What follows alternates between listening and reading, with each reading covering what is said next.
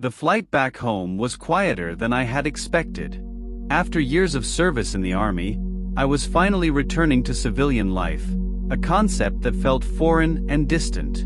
The hum of the plane's engines and the occasional announcement from the flight crew were the only sounds as I stared out the window, lost in thought. My name is Robert Mitchell, but everyone calls me Bobby. I had spent the last 20 years serving my country, and now at 40, I was returning home to a life I wasn't sure I knew how to live anymore. The last time I had set foot in my hometown, I was a young man with dreams and ambitions. I had left behind friends, family, and a budding relationship to join the army. Over the years, I had seen things that changed me, experienced moments of camaraderie and loss, and had grown in ways I never imagined. But now, as the plane began its descent, I couldn't help but feel a deep sense of loneliness. The friends I had once known had moved on with their lives, my family had scattered, and the girl I had loved was now married with children of her own. As the plane touched down and I stepped onto the familiar soil, a rush of emotions overwhelmed me. There was relief, nostalgia, and an undercurrent of fear. I had faced enemies in battle, but the prospect of rebuilding my life from scratch was a different kind of challenge. The airport was bustling with activity, families reuniting, travelers hurrying to their destinations, but I walked through the crowd unnoticed, just another face among many. My first stop was the small apartment I had rented online. It was modest, a far cry from the barracks and tents I had grown accustomed to, but it was mine. As I unpacked my duffel bag, I couldn't shake the feeling of isolation. The walls seemed to close in on me, and the silence was deafening. I knew I had to find a way to reconnect, to build a new life, but where to start? In the following days, I wandered the streets of my hometown, hoping to find familiar faces. The town had changed, grown in some ways and stayed the same in others. The local diner was still there, now run by the son of the man who had served me countless meals before I left. I walked in, the bell above the door jingling, and took a seat at the counter. Bobby? Is that you?" The voice was familiar, and I turned to see Mary, the waitress who had been a fixture at the diner for as long as I could remember. She had aged as had I, but her warm smile was the same. "It's me, Mary. I'm back." The words felt heavy, but her smile made them lighter. We talked for a while, catching up on the years that had passed. Mary filled me in on the town's gossip, who had married whom, who had moved away, and who had passed on. It was comforting, in a way, to hear about the lives of others, even if it reminded me of my own solitude. Leaving the diner, I felt a small spark of hope. If Mary was still here, maybe others were too. I decided to make a list of the people I wanted to reconnect with, old friends, and family members who might still be around. I started with my sister, Jane. She had moved to the next town over, and we had lost touch over the years. It was time to bridge that gap. The drive to Jane's house was filled with memories. We had been close as children, but life had taken us in different directions. As I pulled up to her house, I felt a mixture of excitement and apprehension. I knocked on the door, and after a few moments, it opened to reveal a woman who looked like an older version of my sister. Bobby. Is it really you?" Her eyes widened in surprise and joy, and before I knew it, I was enveloped in a warm hug. It's me, Jane. I'm home. The words felt right, and for the first time in a long while, I felt a sense of belonging. Jane welcomed me in, and we spent hours catching up. She had married, had 2 children who were now teenagers, and was working as a school teacher. It was comforting to see her life, to hear the laughter of my niece and nephew, and to feel a part of a family again. Over the next few weeks, I made an effort to reconnect with old friends. I reached out to Tom, my best friend from high school, and we met for coffee. He had started his own business, was married with 3 kids, and seemed genuinely happy to see me. We reminisced about our younger days, the trouble we used to get into, and the dreams we had shared. It was a reminder of the bonds that time and distance could not erase. Despite these connections, there was still a void in my life. The friendships and family ties were a start, but I longed for something more, a deeper sense of purpose and belonging. One evening, as I sat alone in my apartment, I remembered a book I had read about the power of manifestation. It talked about visualizing your desires, focusing on what you wanted, and believing it was possible.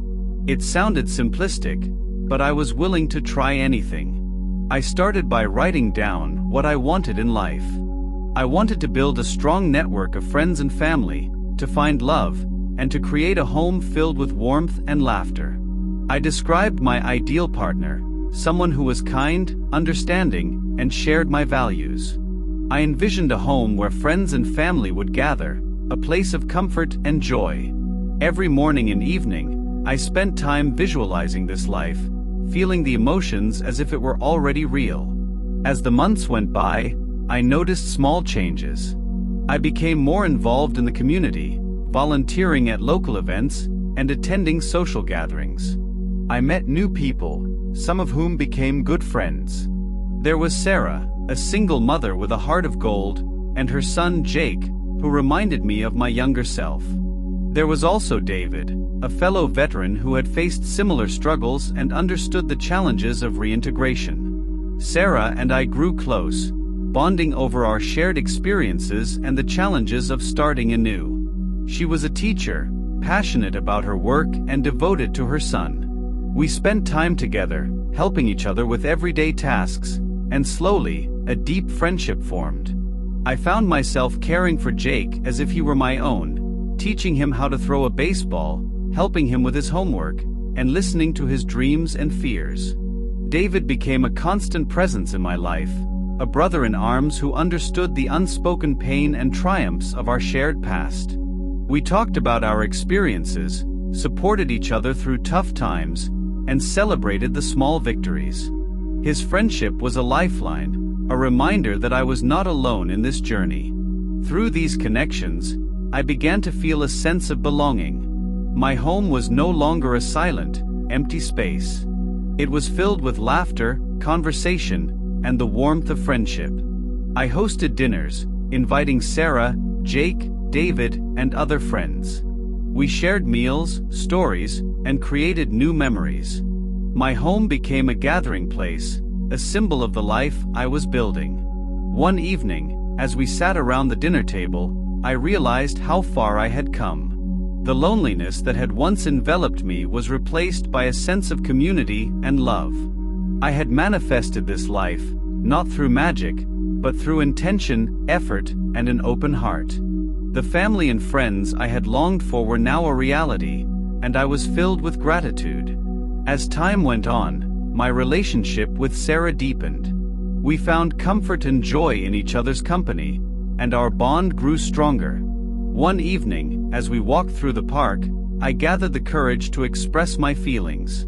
As Sarah, these past months with you and Jake have been incredible. I care deeply for both of you, and I want to be a part of your lives, not just as a friend, but as something more.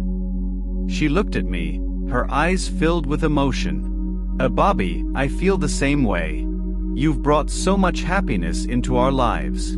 I want us to be a family. Those words were like music to my ears. We embraced, and from that moment on, our relationship blossomed into a beautiful partnership. We moved in together, creating a home that was truly ours. The house was filled with love, laughter, and the everyday moments that made life meaningful. Jake, who had been cautious at first, soon accepted me as a father figure. We shared many adventures, from fishing trips to building model airplanes, and our bond grew stronger each day. Being a part of his life, guiding him, and watching him grow was one of the greatest joys I had ever known. The years passed, and our family continued to thrive. Sarah and I got married in a small, intimate ceremony surrounded by our closest friends and family. It was a day filled with love and celebration, a testament to the journey we had taken together. Our home remained a hub of activity, with friends and family gathering regularly. We hosted holidays, birthdays, and spontaneous get-togethers, each event a reminder of the community we had built. David was a constant presence, as were Mary, Tom, and others who had become like family. Looking back, I am amazed at how my life has transformed. From the lonely days after my return from the army to the vibrant, fulfilling life I now lead, the journey has been remarkable. Manifestation played a crucial role, but it was also about taking action, being open to new experiences, and nurturing the relationships that mattered most. As I sit on the porch, watching the sun set with Sarah by my side and Jake playing in the yard, I am filled with a deep sense of contentment. I have everything I ever wanted and more. The love and connection I longed for are now a reality, and my life is filled with purpose and joy. In the end, it wasn't just about manifesting a family and friends. It was about creating a life of meaning, building connections, and opening my heart to love and possibility. I am grateful for every moment, every person who has touched my life, and the journey that brought me here. This is my story, a testament to the power of intention, love, and the incredible strength of the human spirit.